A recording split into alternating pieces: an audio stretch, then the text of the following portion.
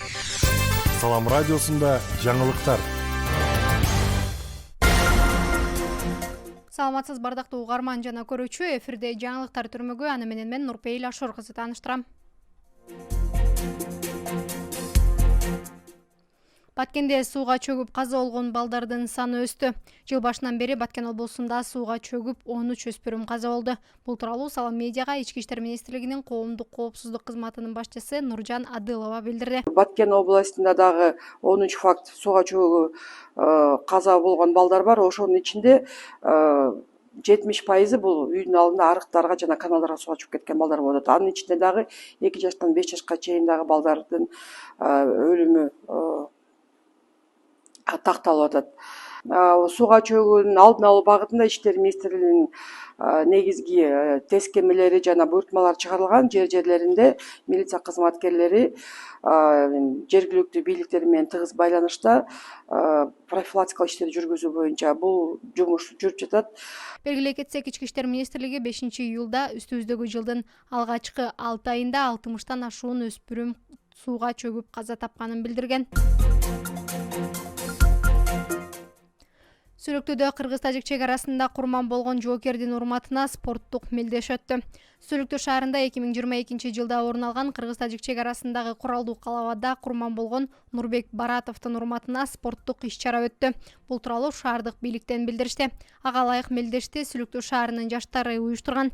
Мелдеш спорттун кичи футбол түрү боюнча өтүп, ага облустун аймактарынан келген 16 команда катышты. Иш-чарага шаар мэри Болот Абдыжапаров баштаган бир катар жетекчилер жана шейит кеткен Нурбек Баратовдун жакындары, ошондой эле шаар тургундары катышты. Иш-чаранын жыйынтыгы менен 1-орунду Сүлүктүү шаары, 2-орунду чек арачылардан түзүлгөн Бөрү отряды жана 3-орунду Лейлик районунан келген Кара Булак командасы ээледи.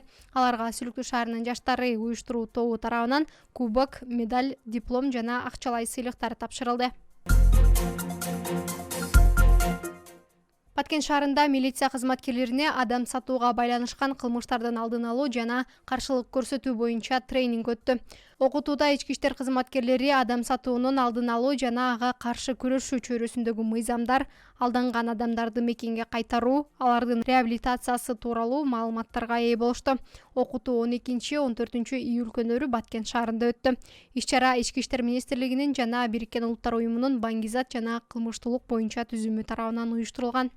Бүгүнкү күндө ушу практикалык семинар тренингтер эң биринчиден опер кызматкерлерге, ошондой эле ыйгарымдуу укуктуу участкалык кызматкерлерге, жашы жете элек инспекторлордун тарабынан ушул кызматкерлерге өткөрүлүп жатат. Себеби дегенде эң негизги максат практика жүзүндө ушул кызматкерлер кантип бири-бири менен кызматташуу болуш керек, баягы адам сатуу кылмыштарын болтурбоо максатында буларды аныктоо, буларды болтурбоо, алдын алуу, ушул максатта бүгүнкү күндө ушу семинар тренингтер, практикалык ошол задачалар каралып атат. Практикалык ситуацияларды коюп атабыз. Ошол практикалык ситуацияларды кантип биз аныкташ керекпиз, кандай кадамдарды ташкериш керек деген ошондой максатта өткөрүлөт.